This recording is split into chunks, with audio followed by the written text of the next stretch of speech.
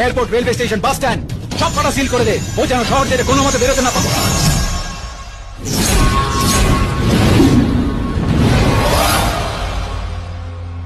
আমার ছেলেটা তোকে খুঁজে বেড়াচ্ছে আর তুই এখানে বসে আছিস।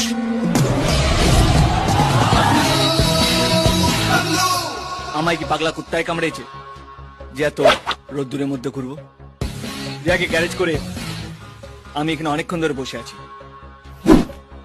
তোর জন্য।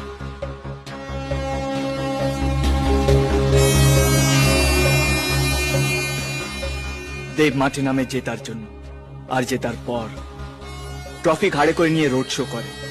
ট্রফি আমি পেয়ে গেছি, এবার তোর সামনে রোড শো করে।